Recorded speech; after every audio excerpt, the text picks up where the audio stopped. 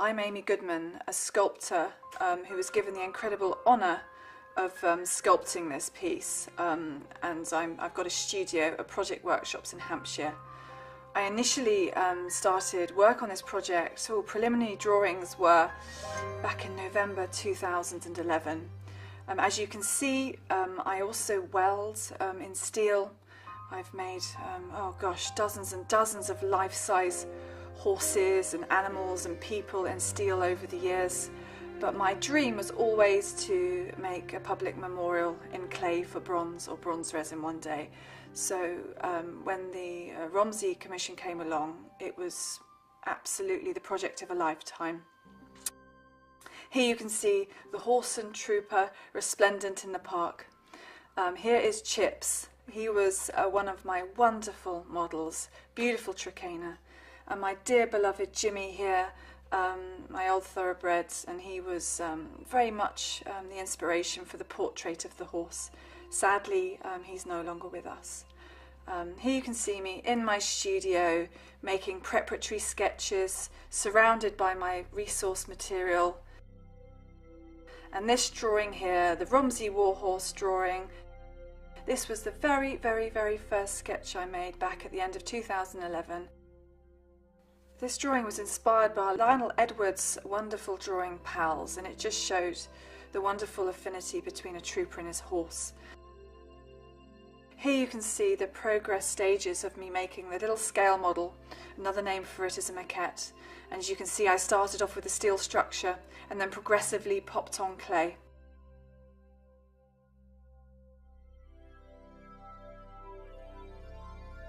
I wanted to keep the horse quite lean, and I should have wanted to indicate that this horse and soldier have been through warfare together.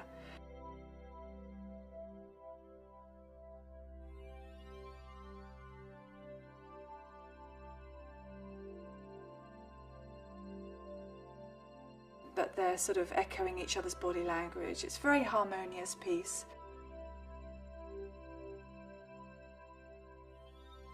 The Michael Morpurgo franchise,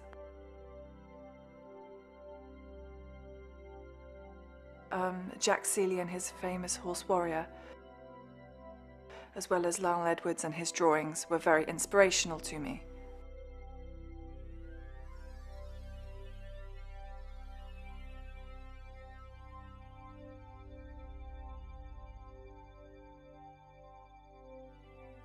Here are some photos showing one of my bronze maquettes at various stages of the casting process.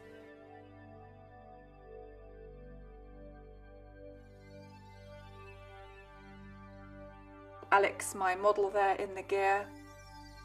The khaki chums helped me by finding a fantastic model, Alex, who got dressed up in the right gear for me. Here is the bronze being patinated. Process this size, which takes about 1.5 hours to do before the actual colour is then fixed with wax.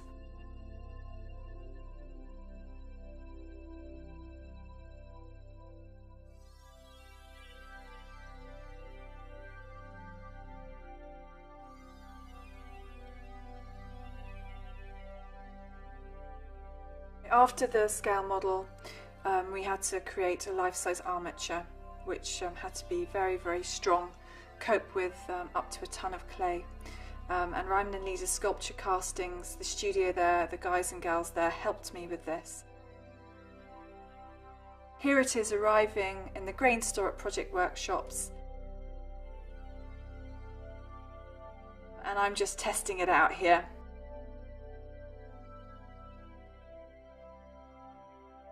You can see it's ready for the clay to be applied. Strong scaffolding poles, welded steel, as well as 2 layers of mesh.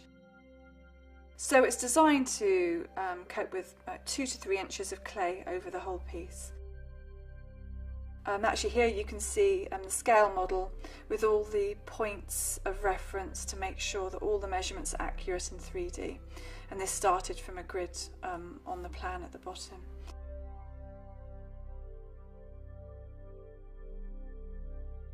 And so once the armature was made, I start applying 2-inch thick clay slabs over the whole piece. Now, it's quite good and physical doing this, but I really, really enjoyed it. And this is sort of the project I had been waiting for. Well, pretty much it felt like my whole life, really. I've been lucky enough to have ridden horses and been around them most of my life. So when I began to work with the clay, it felt quite natural to me. I love working at this size. You know, even when I'm welding steel sculptures, I love big scale sculpture, the physicality, the challenge of it, the process of making, that's so important when you're working on a sculpture as it evolves. And here I am, this is probably 2 weeks in here, and I'm following the skeleture of the horse, I'm following the musculature. I was able to use these fantastic handmade tools which look quite similar to cricket bats, and it allowed me to shape the clay. It also allowed me to follow the lines of the anatomy of the horse. And I kind of found myself working, you know, continually over the whole piece. So you don't want to sort of be working on one area for too long. You want to sort of bring the whole piece gradually together.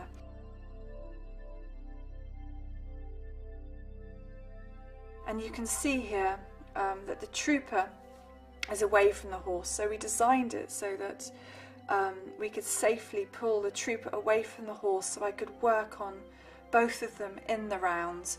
If the trooper had been against the horse the whole time, his left side would have been completely unresolved. So, you know, I'd be able to work on them both separately and then bring the trooper back to the horse to make sure, you know, it's harmonious, that they sit right together.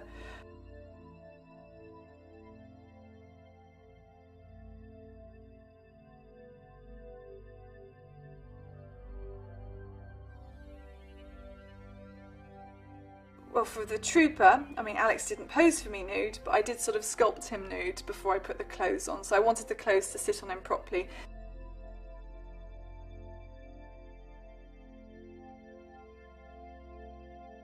Here I am working on the trooper. Here you can see, look at his nose there. It definitely wasn't Alex's nose.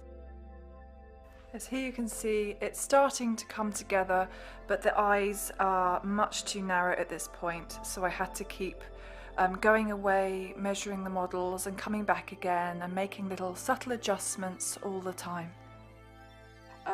Again, I was able to go back to the real horses, Jimmy and Chips, and you know, check the measurements with them, and then I could go back to my sculpture and make adjustments where necessary.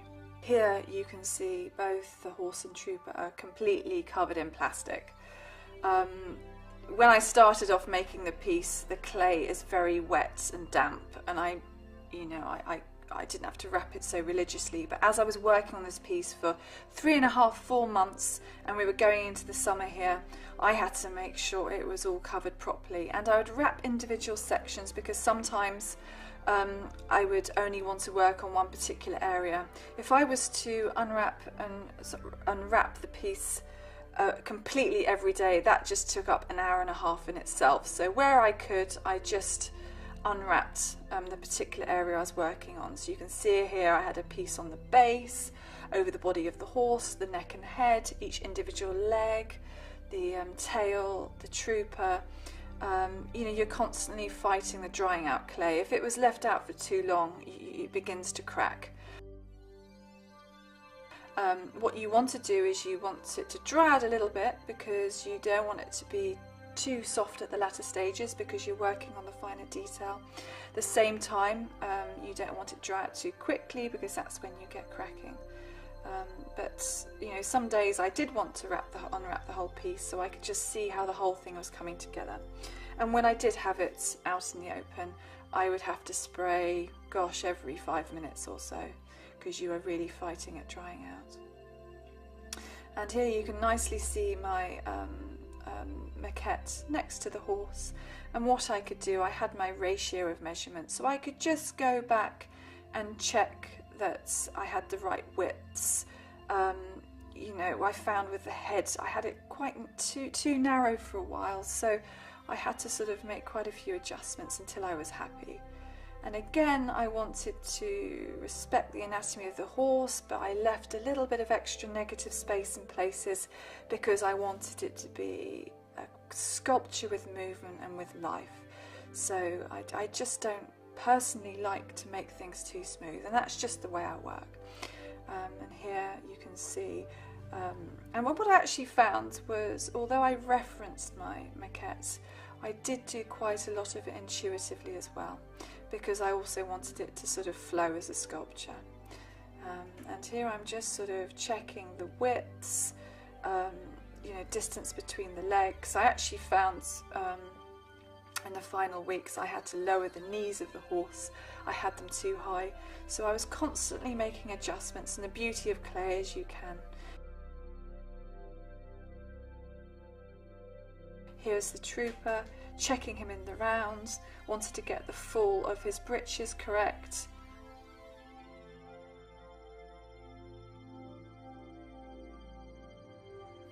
And this was a really lovely day because I brought one of my model's chips, beautiful Tricana, along for a photo session with the clay, and it was lovely.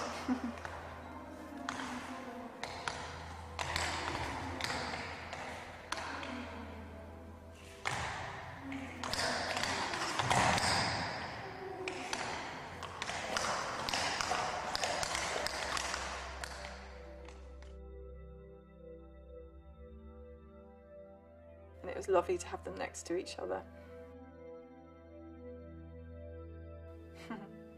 Beautiful boy.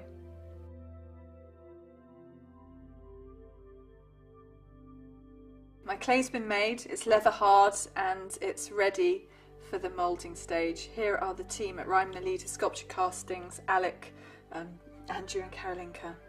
And here you can see them. They've created the clay wall partition. Andrew's putting in the keys. When you take a mould, you have to do it in sections. And the rubber that they use to take the mould, which is the negative impression of my clay, is polyurethane clear rubber moulds. It's able to pick up all the details of my mark making and surface textures in the clay. Here they are putting on the first layer of the polyurethane rubber, and before that they put on a retardant spray, which means that in a week's time they can pull it away safely from my clay. And it has to be done in sections. You want it to cleanly come off in sections, so both halves of the horse and trooper had big moulds, jackets, and then you had the caps, which were the awkward bits between the legs. And so you have the soft rubber on the inside, but then it's actually needs protecting with a hard outer layer resin jacket. And here you can see it's been divided up into more sections so they can come away cleanly from the sculpture. And Andrew is just reinforcing with glass fibre here, so it's really, really good and strong. And when they're transporting the mould, these hard outer jackets protect the soft, vulnerable polyurethane, and it just keeps it all safely together. So this is it ready. So it takes a few weeks to get to the stage before they then are able to, oh yes, and then what they have to do is they create holes so that they can screw all the pieces together and keep it together, because once it's come off the horse they need to be able to reassemble it safely so it holds its shape, supports the soft rubber and does its job.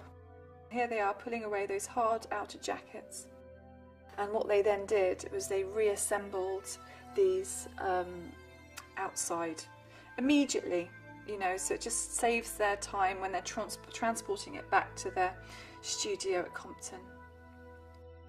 And you can see there they've got various tools to help pull these pieces away from the sculpture. And yes, here they are assembling those sections together.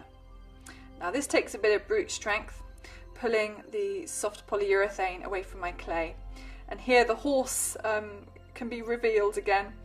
And as you can see, things like the extremities, the stirrups, the stirrup leathers, the bit, even the horse's clay ears, they are pulled away with the mould. You see now my clay has done its job. It's quite sad now because once these soft jackets are pulled away, the clay is just left to crack. And here you can see my clay dried out. Quite sad to look at it like that, but actually another memorial in that state. You can see it's translucent, quite nice. You can see the negative image of the horse's head and neck there.